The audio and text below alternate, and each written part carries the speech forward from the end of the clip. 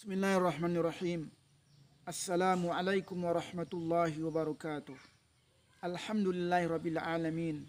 Wassalatu wassalamu ala sayyidil mursalin wa alihi tahirin wa ashabihil mayamin. Amma ba'du. Kaum muslimin yang dimuliakan Allah dimanapun saudara-saudaraku berada. Pada hari yang kedua kita berpuasa ini, saya memberikan atau ingin berbagi ilmu kepada kaum muslimin seluruhnya yang saya cintai, yaitu tentang Kitabus Shaum, tentang hukum tata cara berpuasa. Di dalam ibadah yang Allah fardukan ataupun yang Allah sunnahkan kepada hamba-hambanya, itu tidak lepas daripada syurutuhu, syarat-syaratnya. Kemudian arkanuhu, rukun-rukunnya. Kemudian yang ketiga mubtilatuhu, yaitu yang membatalkannya.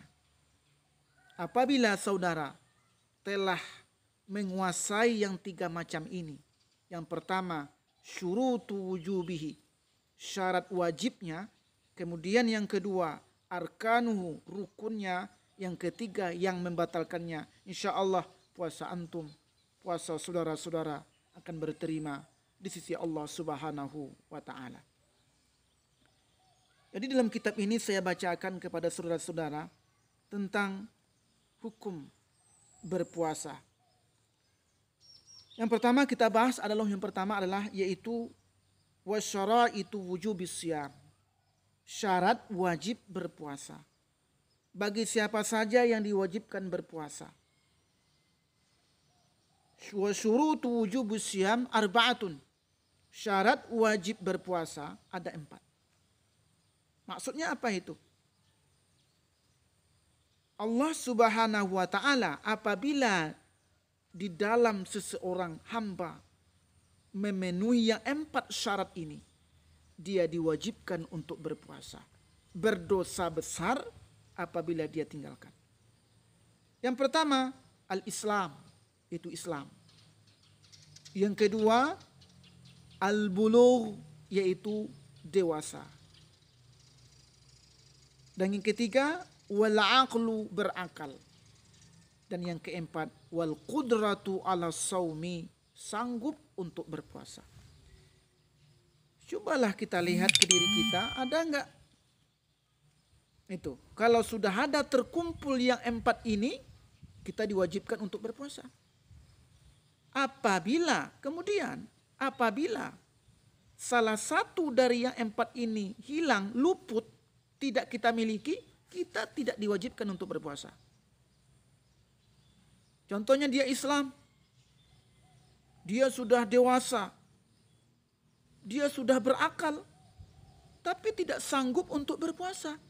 Mungkin dikarenakan penyakit yang kronis yang telah divonis oleh medis, kamu tidak boleh berpuasa. Kalau nanti kamu berpuasa, nanti tambah lebih nanti penyakitmu. Maka hal yang demikian, apabila terdapat dalam diri kita, kita tidak diwajibkan untuk berpuasa. Atau umpamanya dia sudah balik, sudah berakal dan sanggup untuk berpuasa, tapi tidak Islam, pun juga tidak diwajibkan untuk berpuasa. Kaum muslimin yang dimuliakan Allah. Itu yang pertama. Yang kedua adalah arkanus syiyam, rukun-rukun puasa. Rukun-rukun puasa ini cuma 2 saja. Apabila kita telah mencermati, telah melakukan yang 2 ini, insya Allah puasa kita berterima. Yang pertama adalah an-niyatu bil-lail, niat di malam hari. Yang penting hari sudah malam, kita sudah boleh niat. Habis maghrib umpamanya kita takut nanti lupa niat, kita baca niat habis sholat maghrib boleh. Habis sholat isya boleh. Nah, Rasulullah SAW bersabda yang muttafaqun alaih dalam hadis ini dari Umar Al-Faruq Umar bin Khattab radhiyallahu taala anhu, innamal a'malu binniyat. Sesungguhnya amal itu wajib dengan niat. Jadi kalau amal tidak ada niat, tidak sah amal tersebut. Kalau puasa tidak ada niat, tidak sah puasanya. Jadi an-niyatu bil-lail, niat di malam hari, ruknun min arkanis shiyam. Satu rukun dari rukun puasa. Oh nanti sesudah saya niatkan habis maghrib, sesudah habis tarawih, nanti habis tarawih saya makan lagi buburnya, cendolnya. Silakan, nggak apa-apa, nggak ini masalah. Tidak diwajibkan lagi untuk memperbarui niat. Cukup niat yang pertama tadi. Apabila umpamanya saya lupa berniat, atau umpamanya saya ketiduran, maka puasanya itu tidak sah, tidak diterima oleh Allah Subhanahu wa taala. Tapi walaupun puasanya itu tidak sah, dia pun wajib untuk menahan al-imsak ila ghurubis syamsi, sampai terbenamnya matahari, dan dia wajib mengqadha kembali hari tersebut. Kaum muslimin yang dimuliakan Allah Subhanahu wa taala. Jadi kata Rasulullah sallallahu alaihi wasallam, la siyama liman lam yubayyitin niyata bil-lail. Tidak sah puasa bagi orang yang tidak mentanamkan niatnya di malam hari. Apabila ketiduran, terjaga umpamanya terbit fajar, puasanya itu tidak sah. Apabila dia lupa untuk meniatkan, walaupun dia telah sahur, maka puasanya pun tidak sah. Dan dia wajib mengqadha ulang lagi di hari yang lain. Allahu Akbar. Kecuali ada mazhab lain yang menyatakan seperti Imam Hambali, seperti Imam Hanafi, memadai apabila diniatkan sesudah terbit fajar, asal jangan sampai terbenam matahari.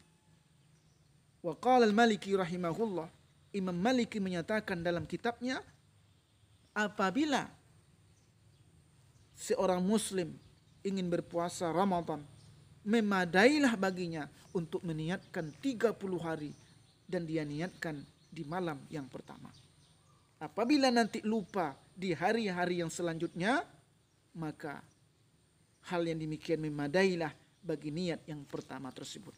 Kaum muslimin yang dimuliakan Allah, kita sudah selesai rukun yang pertama, yaitu an-niyatu bil-lail. Kemudian yang kedua, rukun yang kedua puasa atau rukun yang terakhir, al-imsak anil akli wasyurbi wal jima'i wa ta'ammudul kai'i. Yaitu menahan dari makan, menahan dari minum, menahan dari jima, menahan daripada muntah sengaja. Inilah rukun yang kedua. Kemudian kita sampai kepada wallazi yuftiru bihi shaim. Itu hal-hal yang membatalkan puasa. Asyaratu asya, ada 10 macam. Jadi yang membatalkan puasa itu ada 10. Apabila saudara lakukan salah satu yang 10 ini yang kita sampaikan nantinya, puasanya itu tidak sah atau batal. Yang pertama adalah ma wasala amdan ilal jaufi. Apapun yang sampai atau memasukkan sesuatu ke rongga yang terbuka, disengaja, itu batal puasa. Atau menggorek telinga, ya, hal-hal yang demikian adalah membatalkan puasa. Kemudian wal qai'u amdan, sengaja untuk muntah, itu membatalkan puasa. Wal wata'u amdan, hubungan suami istri sengaja, membatalkan puasa. Kemudian wal inzal an mubasyaratin, yaitu keluarnya madi disebabkan mubasyarah, yaitu bersentuhan antara laki-laki dan perempuan. walaupun itu istrinya. Kemudian wal haid, haid, datang haid membatalkan puasa. Walaupun umpamanya 1/4 jam lagi atau 1 menit lagi mau berbuka, datang haid, batal puasa. Dan wajib mengqadha di hari yang lain. Wa nifas, keluar darah nifas, juga batal puasa. Wal junun, gila. 1/4 jam lagi mau berbuka, dia gila.